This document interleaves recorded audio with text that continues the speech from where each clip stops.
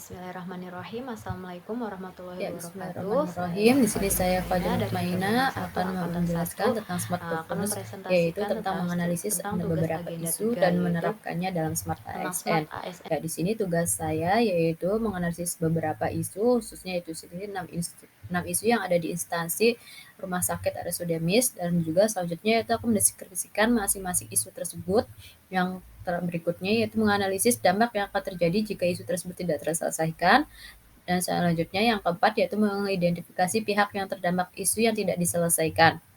Selanjutnya, memilih salah satu isu tersebut menjadi satu isu menggunakan teknik tapisan dan menerapkannya menggunakan gagasan kreatif saya sebagai Smart ASN. Ya, terus selanjutnya yaitu mengidentifikasi 6 isu tersebut. Beberapa isu diantaranya yaitu di sini saya akan menjelaskan. Yang pertama yaitu kurangnya jumlah sumber daya manusia yang ada di Rumah Sakit Umum Daerah Mursyid Ibnu Syafriuddin. Yang kedua, belum melakukan akreditasi rumah sakit sebagai syarat dasar kerjasama dengan BPJS Kesehatan. Yang ketiga, rujukan polispesialistik yang belum lengkap dan kurang maksimal. Yang keempat, stigma masyarakat sebagai rumah sakit karantina COVID saja. Yang kelima, sosialisasi dalam promosi pelayanan yang belum maksimal. Yang keenam, yaitu lokasinya yang kurang strategis dan kurang aman. Ya, di sini deskripsi isunya, yaitu yang pertama, kurangi jumlah sumber daya manusia yang ada di rumah sakit tersebut. Yang pertama yaitu ini karena jumlahnya SDM dalam pelayanan mempengaruhi kemajuan untuk rumah sakit tersebut. Contohnya, kurangnya jumlah nakes di mana jumlah dokter spesialis, dokter umum, perawat bidan dan anestesi serta tenaga non medis fungsional juga sangat terbatas, di mana beberapa dokter merangkup beberapa kepala bidang.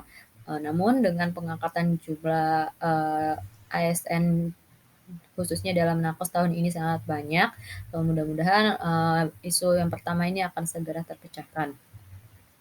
Yang kedua, oh ya, di sini selanjutnya ada beberapa deskripsi tentang sumber daya yang belum terpenuhi. Di sini ada kebutuhannya itu sampai 199, namun saat ini hanya terpenuhi 133, masih kurang sangat banyak. Ya, di sini apa saja yang terdampak dari isunya tersebut. Kurangnya dampak analisis dampaknya yaitu kurangnya manajemen rumah sakit dan tata kelola serta tenaga medis maupun non medis yang belum maksimal, mengakibatkan kurangnya capaian terhadap pelayan rumah sakit tersebut, sehingga banyak pihak yang bekerja double job. Ya, contohnya itu beberapa dokter yang fungsional diperbantukan juga menjadi struktural dan juga memegang jabatan yang lainnya, contohnya kepala bidang, sehingga menyebabkan belum terlaksananya akreditasi rumah sakit. Yang selanjutnya yaitu pihak-pihak mana saja yang terdampak, yaitu tadi sudah saya jelaskan, yaitu tenaga kesehatan, tim struktural, tenaga non-medis kesehatan, dan juga masyarakat. Karena masyarakat belum menikmati adanya pelayanan polispesialistik yang banyak. Ya, deskripsi isu yang kedua yaitu di mana belum melakukan akreditasi rumah sakit sebagai syarat dasar kerjasama BPJS Kesehatan, di mana akreditasi rumah sakit ini sangat penting untuk dilakukan di rumah sakit sesuai dengan PMK nomor 12 tahun 2020 tentang akreditasi rumah sakit atau SNARS, yang berpatokan pada SNARS. Yang berikutnya yaitu pedoman yang berisi tingkat pencapaian yang sepenuhnya rumah sakit dalam meningkatkan mutu pelayanan dan keselamatan pasien. Ya, BPJS ini khususnya dalam bidang pengklaiman tentang pembayaran pasien tersebut.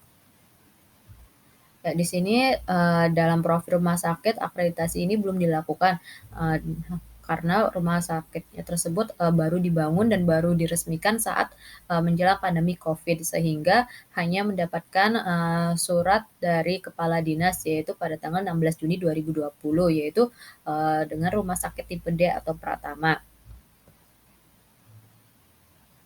Ya, di sini pihak-pihak mana saja yang terdampak dan menganalisis dampaknya, yaitu pertama analisis dampaknya itu kurangnya jumlah kunjungan pasien BPJS yang berobat di rumah sakit, yaitu tadi karena belum bekerja samanya dengan BPJS Kesehatan, sehingga ini juga karena belum terstandarisasi dengan akreditasi, sehingga standar operasional pelayanannya juga sangat masih kurang karena belum ada patokannya dalam hal meningkatkan mutu pelayanan dan standarisasi keselamatan pasien yang belum maksimal dan terpantau. Yang ketiga yaitu pihak yang terkena dampak, di mana di sini seluruh karyawan rumah sakit dan juga masyarakat sekitar atau pasien. Nah, seluruh karyawan rumah sakit ini maksudnya dalam hal sistem pembayarannya. Yang ketiga yaitu deskripsi isu. Berikutnya, tentang rujukan polispesialistik yang belum lengkap dan kurang maksimal, di mana tadi saya sudah menjelaskan tentang polispesialistiknya itu atau dokter spesialisnya itu masih sangat kurang, di mana rumah sakit MIS ini mendapatkan tipe D dari surat izin kepala dinas saja. Namun di sini dari spesialistiknya ini kurang mumpuni untuk menjadi rumah sakit tipe D, sehingga sepertinya di bawah tipe D ini. Ya, ini di sini jadwal dokter spesialisnya hanya 3, kurang dokter spesialis anak. Karena seharusnya itu rumah sakit tipe D ada dokter spesialis anak, yaitu spesialis anak dan spesialis bedah. Namun di sini belum ada, hanya 3 dokter spesialis saja.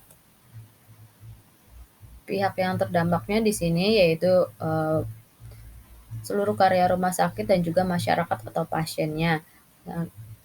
Analisisnya yaitu belum terpenuhnya jumlah sumber daya manusia khususnya tenaga dokter spesialis sehingga belum terlaksana secara cepat akreditasi rumah sakit tersebut. Ya, deskripsi isu selanjutnya yaitu yang keempat tentang stigma masyarakat rumah sakit MIS hanya sebagai rumah sakit karantina COVID-19 saja. Di mana pada tahun 2020 awal kita tahu terkena pandemi di seluruh dunia. Di sini juga karena rumah sakit tersebut masih kosong dan juga belum banyak kunjungan jumlah pasiennya sehingga dari Satuan Gugus Tugas Indramayu kepalanya yaitu Bupati Indramayu sendiri saat itu PLT Pak Taufik Hidayat yaitu memerintahkan agar rumah sakit MIS ini menjadi rumah sakit sebagai karantina pasien COVID-19.